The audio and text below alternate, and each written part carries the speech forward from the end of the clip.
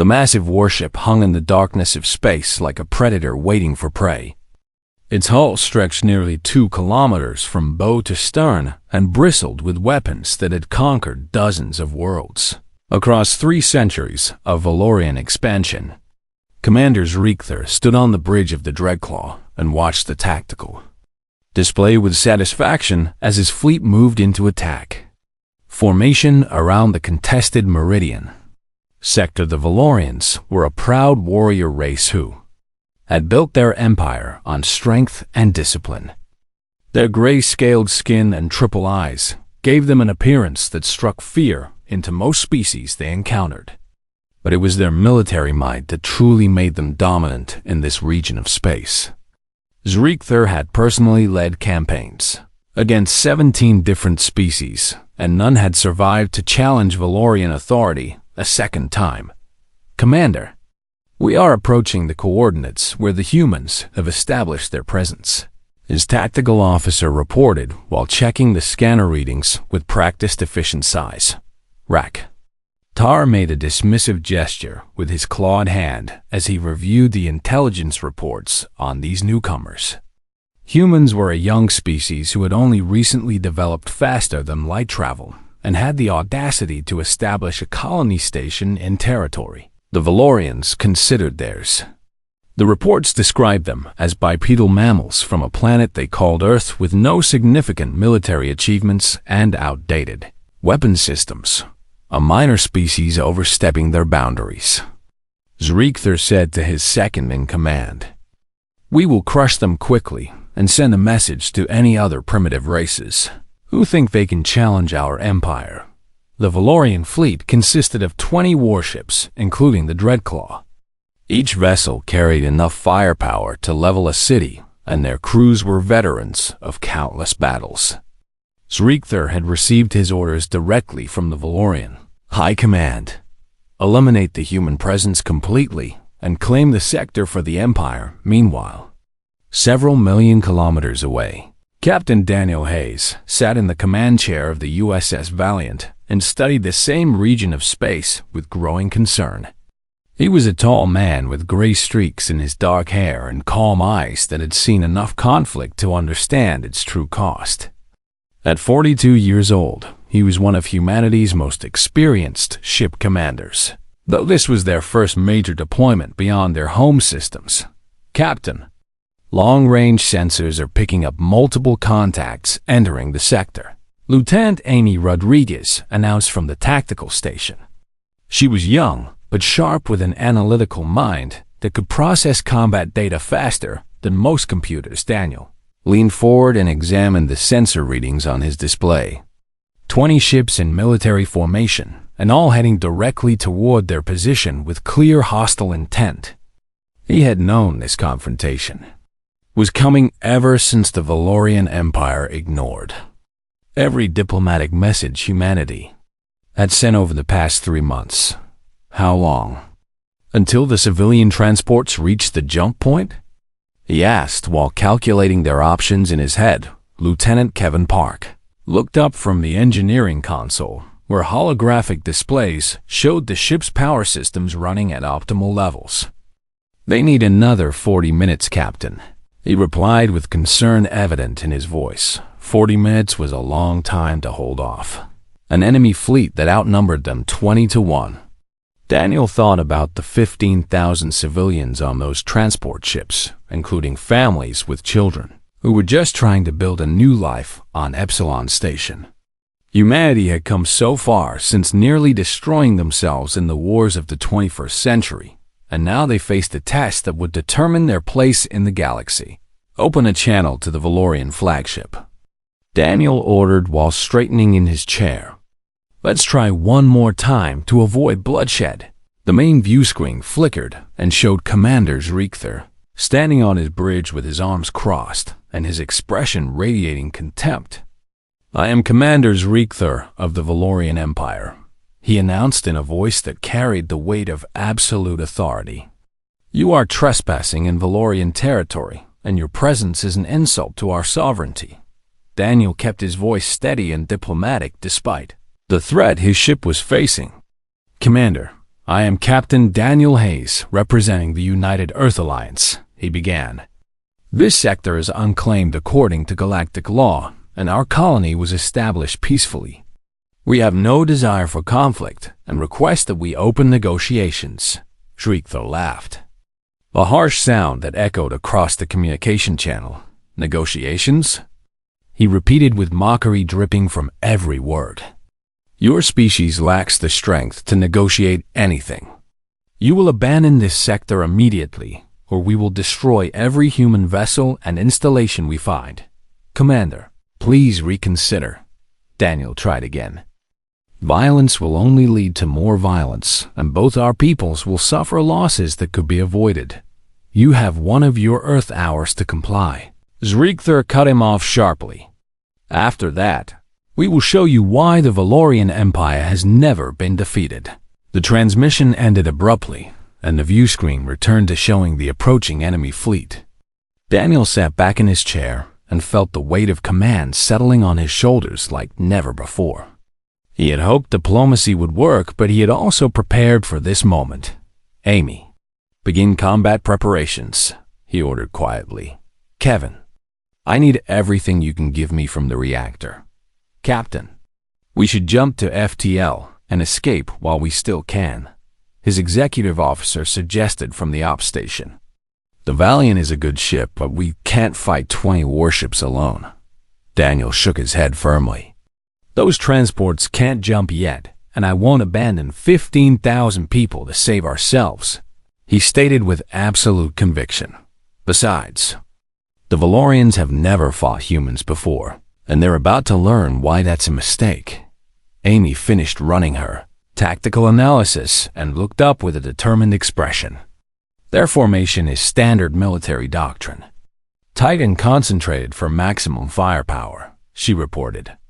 They're not expecting any real resistance. That's going to be their first mistake, Daniel replied while activating the ship-wide communication system. All hands, this is the captain speaking, he announced, and his voice carried to every corner of the Valiant. In a few minutes, we're going to face an enemy that thinks we're weak and primitive. They believe we'll run or surrender without a fight. But they don't understand what it means to be human. He paused and chose his next words carefully. Our ancestors survived ice ages and plagues. They endured world wars and the edge of extinction. They learned to reach for the stars because giving up was never in our nature. He continued. Today we stand between innocent people and an enemy that wants to destroy them. We may be outnumbered, but we are not outmatched because we carry the strength of every generation that refused to quit. Battle stations, Daniel commanded as the Valorian fleet accelerated toward them. Let's show them what humans are made of. The crew moved with practiced efficiency as the Valiant's weapons powered up and shields reached maximum strength. Kevin rerouted power from every non-essential system while Amy loaded the firing solutions for their railgun batteries and missile pods. On the view screen, the Valorian warships grew larger as they closed the distance with absolute confidence in their superiority. Tar watched from his bridge as the single human vessel held its position instead of fleeing. Foolish, he muttered. They choose to die with honor. I can at least respect that. All ships, open fire. He commanded. The darkness of space erupted in brilliant flashes of plasma and missile trails as 20 Valorian warships unleashed their fury on the lone human defender. The battle for the Meridian sector had begun, and the galaxy would never be the same. The first wave of plasma fire struck the Valiant shields with tremendous force, and the entire ship shuddered from the impact. Dozens of bright blue bolts hammered against the defensive barrier while missiles streaked through space, leaving trails of white exhaust behind them. Daniel gripped the armrests of his command chair as sparks flew from an overhead conduit and the lights flickered across the bridge. Shields holding at 87%. Kevin called out from engineering while his fingers danced across his console, making adjustments to the power distribution. But we can't take many more hits like that. Amy studied her tactical display and her eyes widened slightly at what the sensors were telling her. "Captain, their weapons are powerful, but the targeting is sloppy," she reported with growing confidence. "They're firing in broad patterns instead of concentrating on specific points." Daniel nodded as he processed this information. The Valorians were used to fighting weaker opponents who would crumble under any sustained assault. They had never needed precision when overwhelming force had always been enough. "Return fire," he ordered. "Target their lead destroyers with the railguns."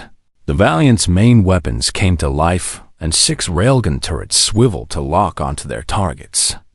Magnetic accelerators charged to full power and then released solid metal slugs at a significant fraction of light speed. The kinetic rounds crossed the distance between the ships in seconds and slammed into the Valorian destroyers with devastating results on the Dreadclaw's bridge. Zreekther watched in surprise as 2 of his destroyers suddenly vented atmosphere from massive hull breaches. "What kind of primitive weapons are those?" he demanded while reviewing the damage reports that flooded his screens. "They appear to be using kinetic projectiles." "Commander," his science officer explained with confusion evident in his voice. "Solid matter accelerated to extreme velocities. Our shields were designed to deflect energy weapons and disperse plasma. They don't handle physical impacts as effectively." Zreekther snarled in frustration. Most species in the galaxy had abandoned kinetic weapons centuries ago in favor of more advanced energy systems. Humans were using outdated technology in ways the Valorians hadn't anticipated. "All ships, adjust shield frequencies and concentrate fire on that vessel," he commanded. "I want it reduced to debris." The Valorian fleet tightened their formation and unleashed another massive barrage, this time focusing their weapons on the Valiant with coordinated timing. Plasma bolts converged from multiple angles, while missiles locked onto the human ship with active guidance systems. "Brace for impact," Daniel shouted as the wave of fire approached. The Valiant's point defense systems activated automatically, and dozens of small rapid-fire cannons began tracking the incoming missiles. Amy had programmed the targeting computers with her own custom algorithms that predicted enemy weapon trajectories with remarkable accuracy. The defensive guns fired in precise bursts, and missile after missile exploded before reaching the ship. The plasma bolts that got through hammered the shields and drove the power levels down to 60%. Alarms blared across the bridge, and Kevin worked frantically to reroute emergency power from the backup generators. "Shields are weakening, Captain," he warned. "We need to change our strategy." Daniel was already ahead of him.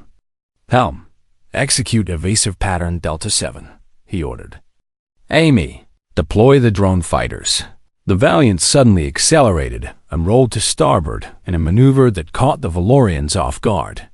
Their next volley of plasma fire passed through empty space where the human ship had been moments before. At the same time, launch bays along the Valiant's hull opened and disgorged a swarm of small fighter drones. The drones were barely 3 meters long and carried minimal weapons, but they were fast and agile beyond anything the Valorians had encountered before. Controlled by advanced AI systems and coordinated by Amy's tactical computer, they moved like a school of fish through the battlefield's Rekus stared at his tactical display as hundreds of tiny contacts swarmed across the screen. "What are those?" he asked with growing unease. "Small autonomous fighters." "Commander," his tactical officer reported while trying to track the fast-moving targets. "They're too small and numerous for our main guns to target effectively." The drone swarm split into multiple groups and attacked the Valorian formation from different directions. They darted between the larger warships and fired small missiles at weapon emplacements and sensor arrays. Explosions blossomed across the hulls of Valorian vessels as their point defense systems struggled to keep up with the sheer number of targets.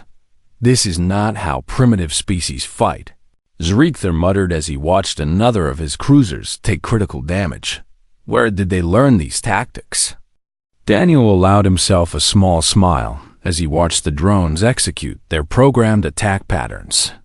Humanity had spent centuries developing drone warfare during Earth's various conflicts, and that experience was paying off now. "Amy, coordinate the drones with our main guns," he instructed. "Let's show them what combined arms really means." Amy's fingers flew across her console as she synchronized the attack. The drones would harass and distract the Valorian ships while the Valiant's heavier weapons struck at critical systems. It was a dance of destruction that required perfect timing, and she had practiced this scenario 1,000 times in simulations. The Valiant rolled inverted and dove beneath the Valorian formation while her railguns fired continuously. Each shot was precisely aimed at damaged sections of enemy ships where the drones had already weakened their defenses. 3 more Valorian vessels suffered critical system failures and began falling out of formation. "Captain, I'm detecting 2 more human signatures entering the sector," Amy announced with relief in her voice. "It's the Guardian and the Defender." Daniel felt tension release from his shoulders that he hadn't realized was there. Reinforcements had arrived, and the odds were about to shift dramatically. "Open a channel to Commanders Chen and Martinez," he ordered. The view screen split to show 2 more human officers. Commander Ryan Chen was a stocky man with a shaved head and intense eyes, while Commander Eliza Martinez had sharp features and wore her dark hair pulled back in a tight bun. "Good to see you, Daniel," Ryan said with a grin that showed he was eager for the fight. "Looks like you started the party without us. Better late than never," Daniel replied. "I'm uploading our tactical data now. Let's execute Formation Gamma and give these Valorians something to think about." The 3 human ships spread out and approached the Valorian fleet from different vectors. The Guardian specialized in heavy weapons and launched a spread of torpedoes that forced the Valorians to break their tight formation. The Defender was equipped with advanced electronic warfare systems, and Lisa immediately began jamming enemy communication tract. Felt his confident superiority crumbling as his fleet descended into chaos. Ships were reporting communication failures and targeting system malfunctions. The drones continued their relentless harassment while the 3 human vessels coordinated their attacks with disturbing precision. "Get me a tactical analysis," he demanded from his science officer. "I need to know what we're facing." The science officer worked quickly and then looked up with an expression that Zreekther had never seen on a Valorian face before. "Fear." "Commander, I have access to galactic database information on the human homeworld," he reported hesitantly. "Earth is classified as a Class 12 death world." The bridge went silent as every Valorian officer absorbed this information. Death worlds were rare in the galaxy, and species that evolved on them were known for exceptional toughness and aggression. The Valorians themselves came from a Class 4 world, which was considered moderately harsh. "Class 12? Zreekther repeated in disbelief. "That's impossible. No species from a Class 12 world should be able to develop advanced technology. They should be too busy surviving. The data is confirmed." "Commander," the science officer insisted, "Earth has extreme weather patterns, dangerous predators, deadly diseases, and has experienced multiple mass extinction events. Humans evolved in an environment that would kill most galactic species within days." Zreekther understood now why the humans fought with such ferocity and adaptability. They came from a world that had been trying to kill them since birth, and they had not only survived but thrived. "Deploy the Stormbreaker," he ordered, referring to his reserve battle cruiser. "We cannot afford to lose this engagement." The massive battle cruiser Stormbreaker powered up its engines and joined the fight. It was twice the size of the other Valorian warships and carried enough firepower to destroy a small moon. Zreekther watched as it locked weapons on the Valiant and prepared to fire. Daniel saw the threat immediately. "All ships, converge on my position," he commanded. "We're going to need to work together on this one." The 3 human vessels moved into a triangular formation with the Valiant at the point. Their drones reformed into a defensive screen while their weapons charged for what would be the decisive moment of the battle. The Valorians had committed their strongest ship, and humanity would show them why. Underestimating Deathworlders was a fatal mistake. The Stormbreaker opened fire with everything it had, and space itself seemed to burn with the intensity of its weapons. Massive plasma cannons unleashed streams of superheated energy, while torpedo launchers fired salvos that numbered in the dozens. The combined firepower was enough to overwhelm most planetary defense systems, and Zreekther watched with satisfaction as the attack closed on the human vessels. Evasive maneuvers, all ships. Daniel commanded while the Valiant rolled hard to port, and her engines burned at maximum thrust. Ryan's Guardian dove below the incoming fire and launched a counter-barrage of missiles while Lisa's Defender continued jamming enemy targeting systems to reduce the accuracy of the Valorian weapons. The drones scattered in all directions and then reformed to intercept the torpedoes with suicidal precision explosions lit up the darkness as drones sacrificed themselves to protect the larger ships. The Valiant's shields flared bright blue as plasma bolts found their mark, and Kevin shouted warnings from the engineering station. Shields at 40%, hull integrity holding, but we can't take much more of this. Amy worked her tactical console with intense concentration while sweat beaded on her forehead. She was running calculations faster than she ever had before and looking for any weakness in the Stormbreaker's defenses. Captain, their battlecruiser has concentrated shielding on the forward sections, but the aft quarter shows a power fluctuation, she reported. If we can get behind them, we might have a chance. Daniel trusted Amy's analysis completely.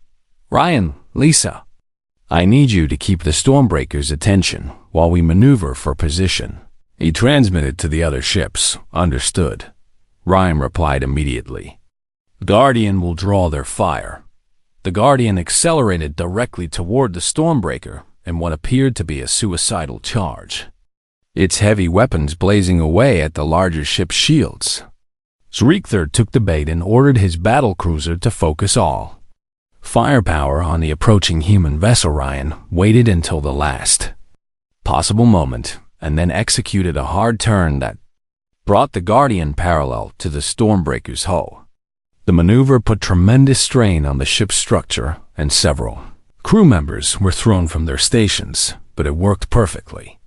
The Valorian weapons' fire passed through empty space while the Guardian raked the battle.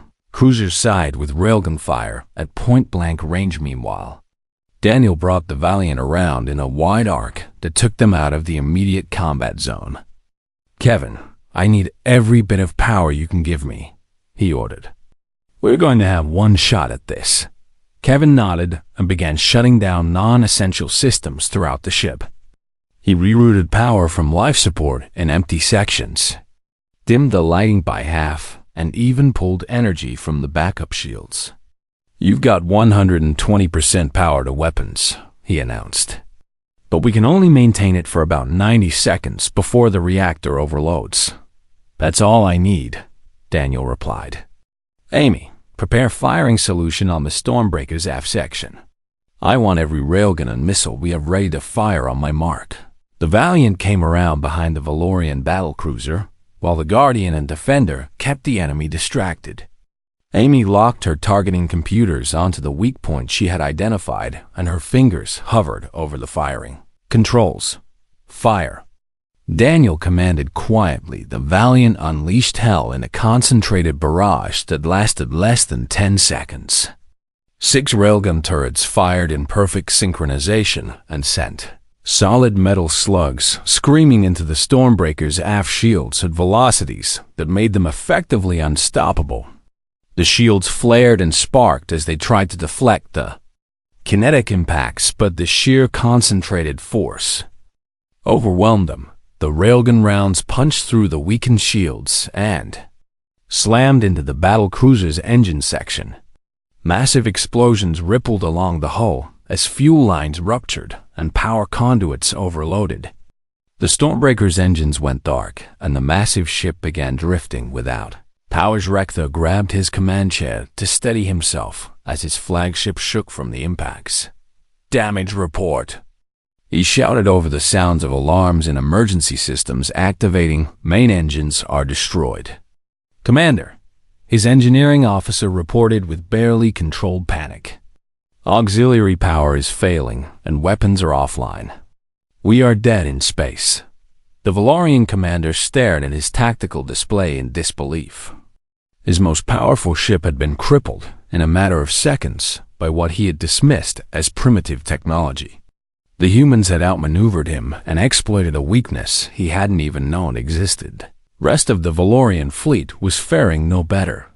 The drones had systematically dismantled their formation and destroyed key systems on most of the warships.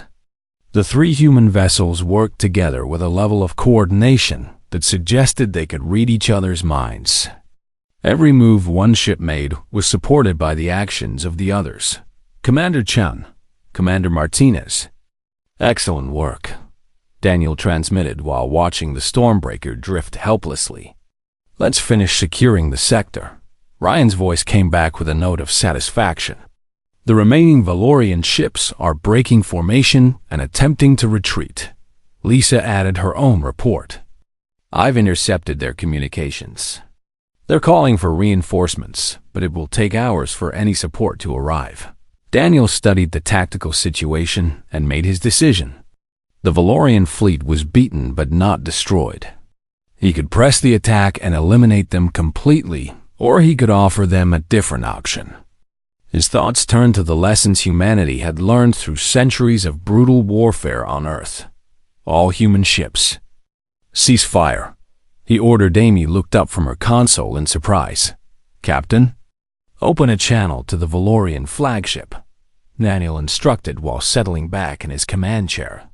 The view screen showed Zreekther on his damaged bridge with smoke rising from damaged consoles around him.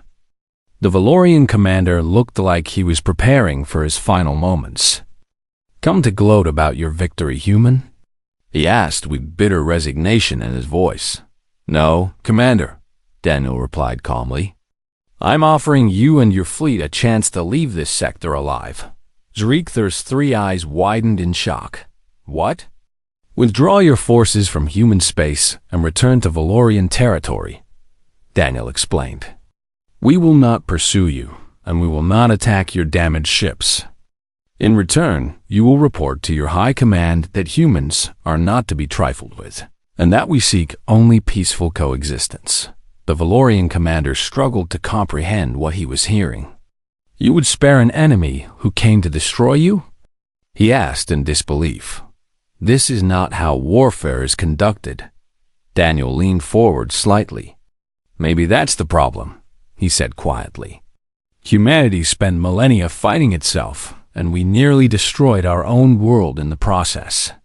We learned the hard way that endless war only leads to more suffering. We came to the stars hoping to find a better way." Zreekther was silent for a long moment as he processed this unexpected mercy. In 3 centuries of Valorian military history, no enemy had ever been offered such terms. They had always fought to the death or accepted complete surrender. "Why should I believe you will honor these terms?" he finally asked. "Because we already are," Daniel replied. "My ships are not firing on your vessels, even though we have you at our mercy. We're not seeking revenge or territory. We just want the right to exist peacefully." Amy watched the exchange with pride in her captain. This was why humanity deserved a place among the stars.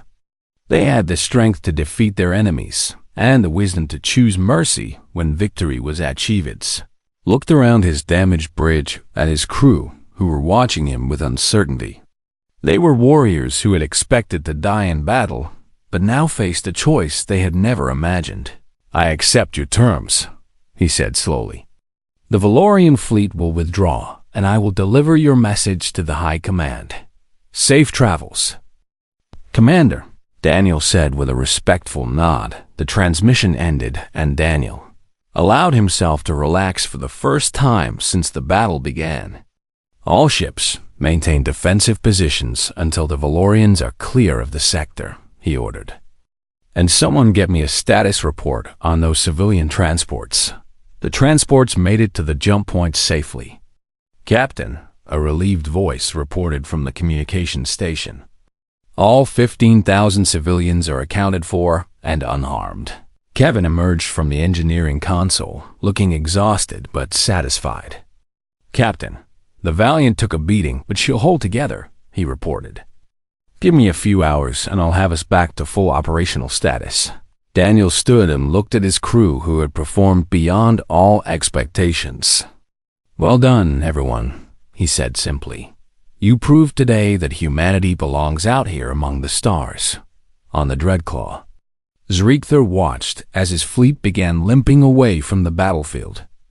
He recorded a message for the Valorian High Command that would change the course of their empire's history. Never again would they underestimate the species called humans. The Galactic Council chamber was a massive circular room, located on the neutral station of Concordia Prime, where representatives from dozens of species gathered to discuss matters of interstellar importance. Today, the chamber buzzed with urgent conversation as news of the battle in the Meridian sector spread through diplomatic channels like wildfire. Ambassador Nathan Cole stood at the human delegation's position and observed the reactions of the various alien species with careful attention. He was a seasoned diplomat who had spent years preparing for humanity's entrance onto the galactic stage, but even he hadn't anticipated making such a dramatic first impression. The council speaker, a tall crystalline being named Crystallix, who represented one of the oldest civilizations in the galaxy, called the emergency session to order with a resonant tone that silenced the chamber. We are gathered to address the recent conflict between the Valorian Empire and the newly emerged species known as humans, Crystallix announced. Ambassador Cole, you have been granted permission to speak. Nathan stepped forward and his voice carried clearly through the chamber's acoustic systems.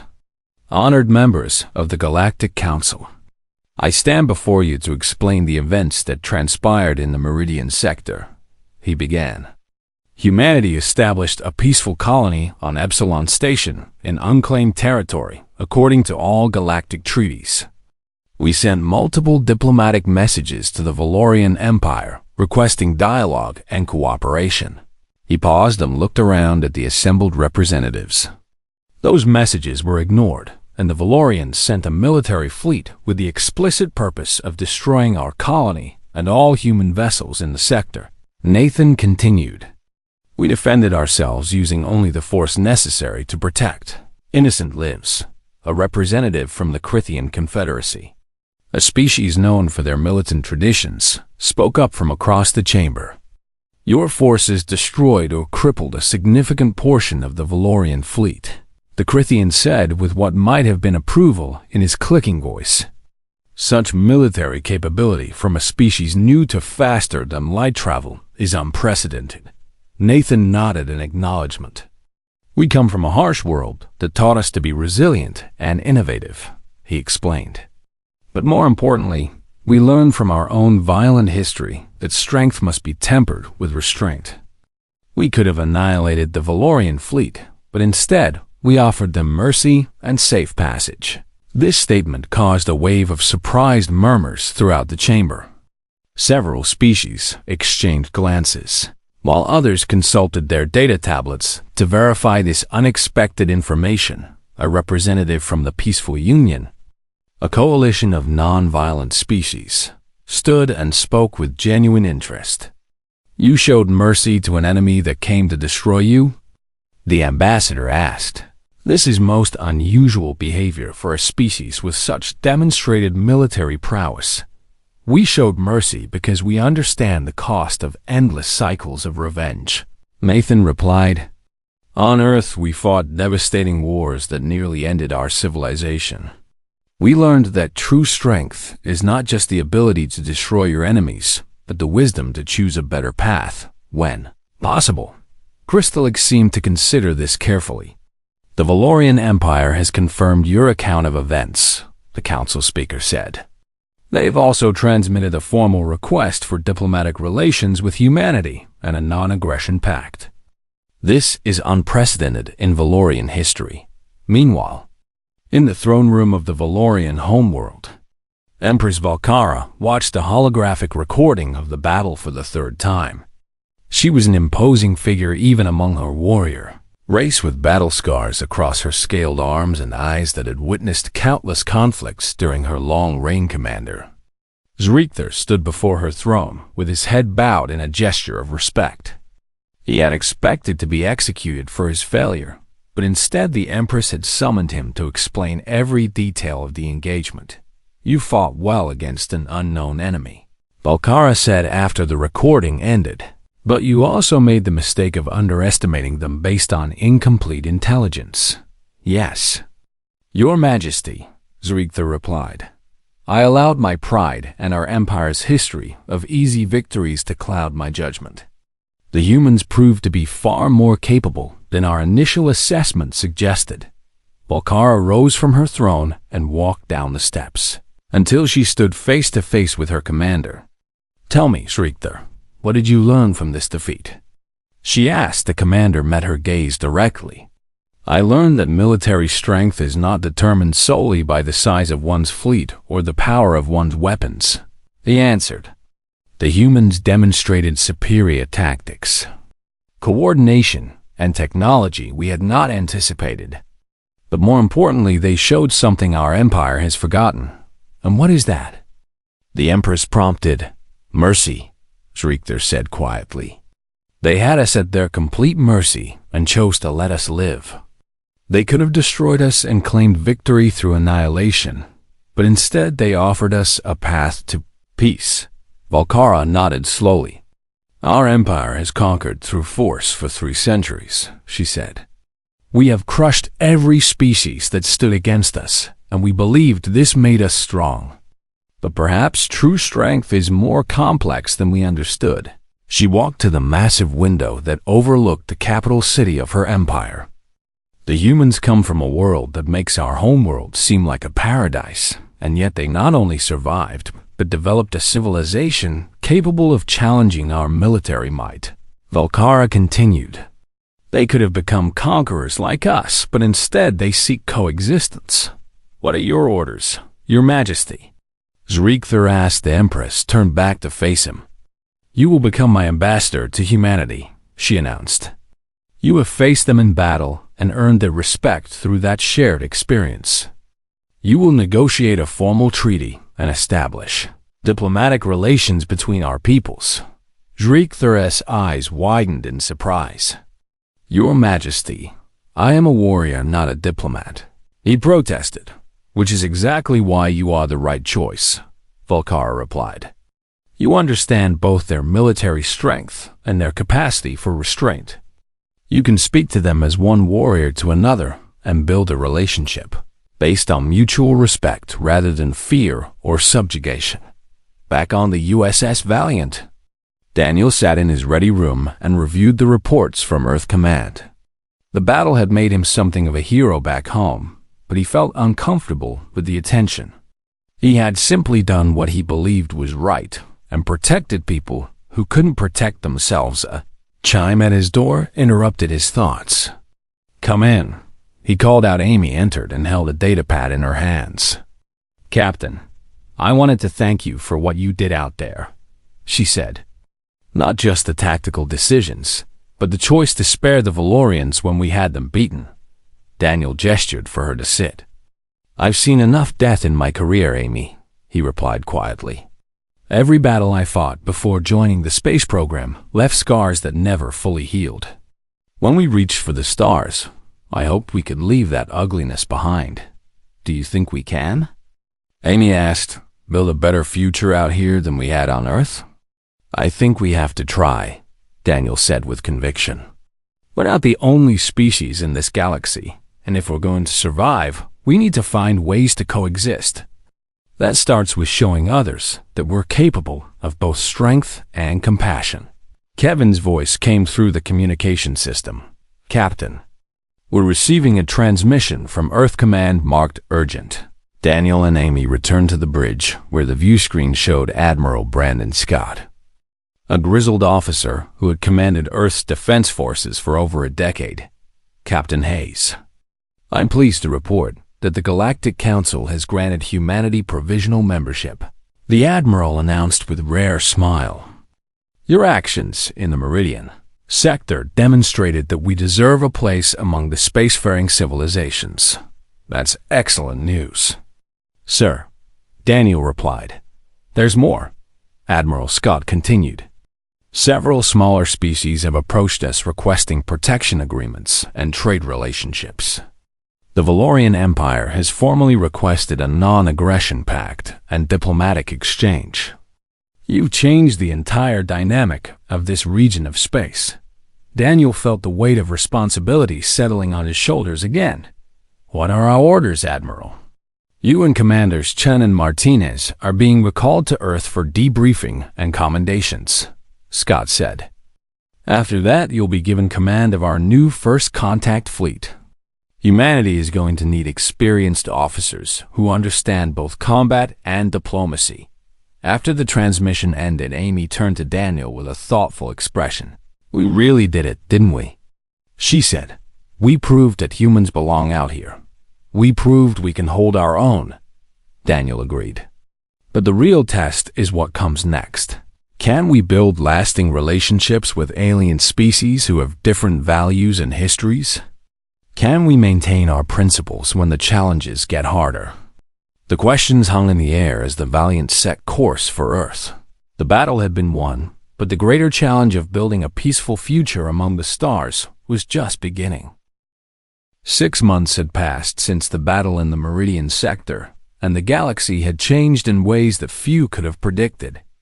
Epsilon Station had grown from a small outpost into a thriving hub where humans and aliens worked, side by side, to build something new.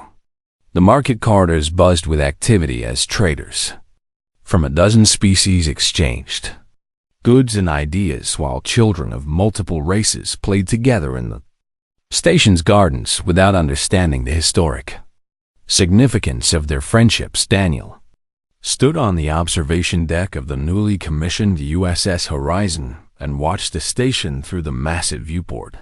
He wore the uniform of a Commodore now and commanded a fleet of 12 ships that represented humanity's commitment to protecting this region of space. The Valiant remained his flagship, but she had been joined by newer vessels built with lessons learned from that first engagement. Impressive, isn't it? Ryan Chun said as he joined Daniel at the viewport.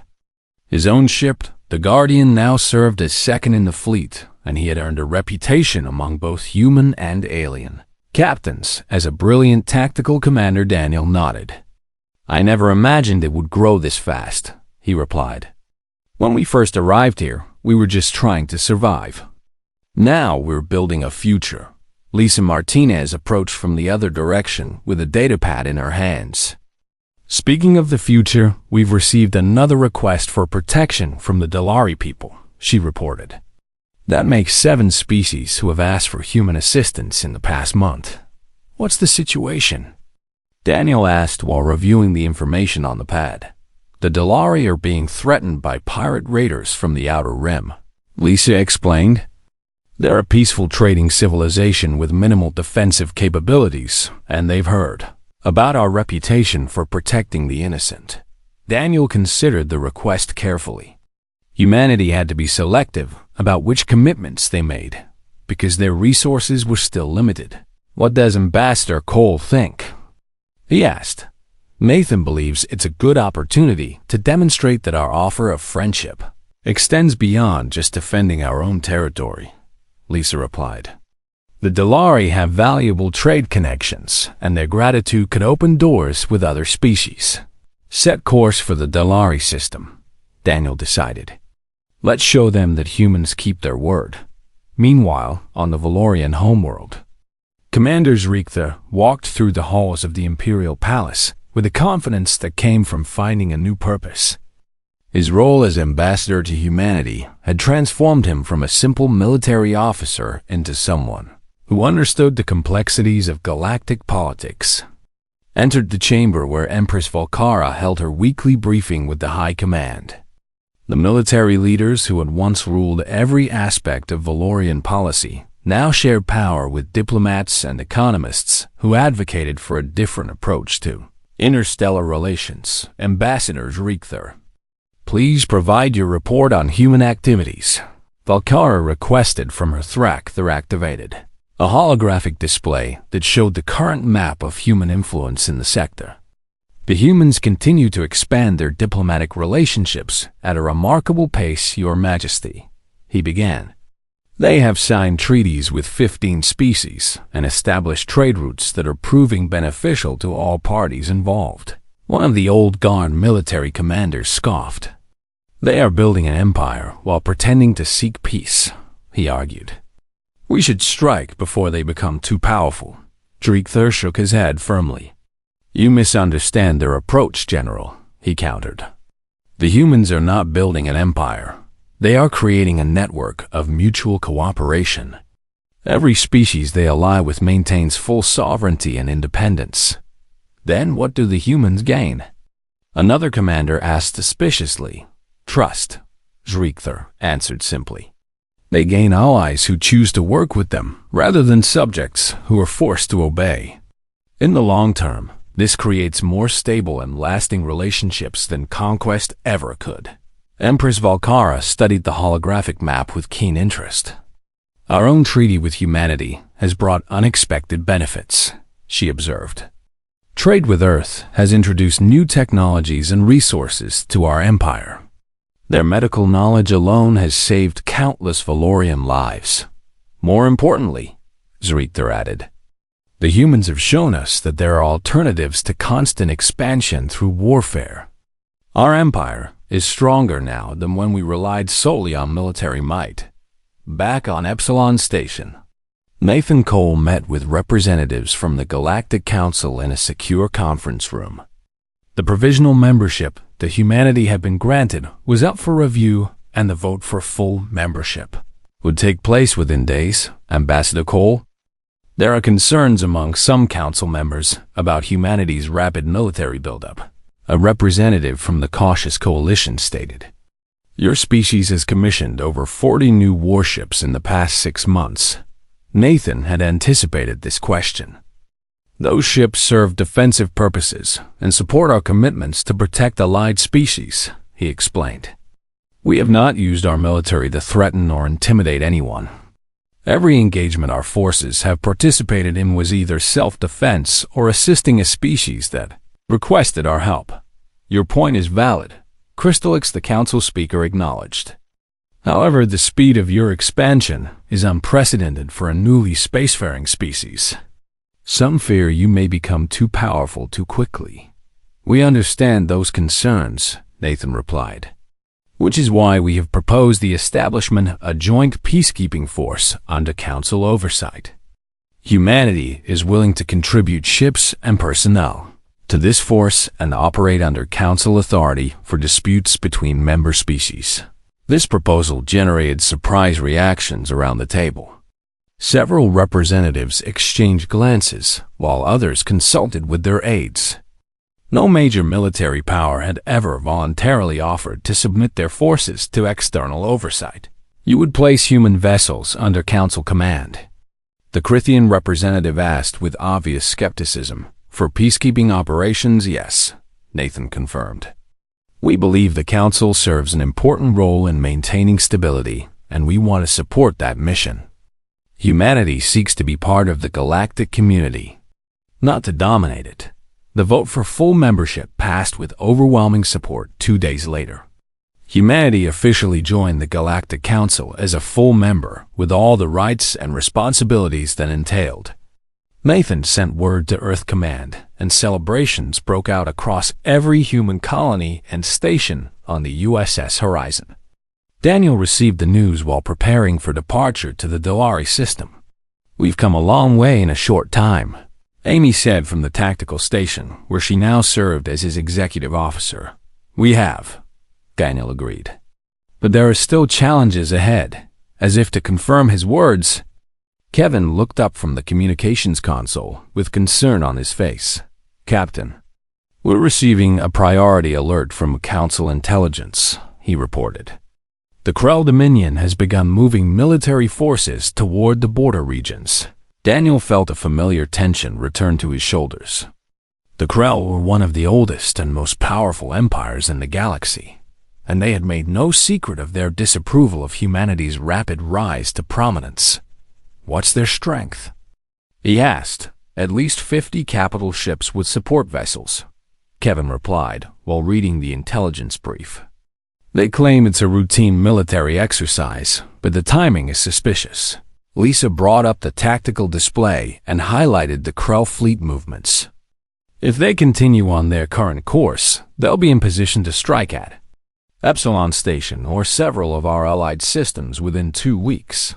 She analyzed. Daniel studied the display and ran through scenarios in his mind. A conflict with the Krell Dominion would be far more dangerous than facing the Valorians had been. The Krell had centuries more experience and technology that matched or exceeded human capabilities. "Contact Admiral Scott and request immediate reinforcements to the sector," he ordered, "and send a message to Ambassador Cole.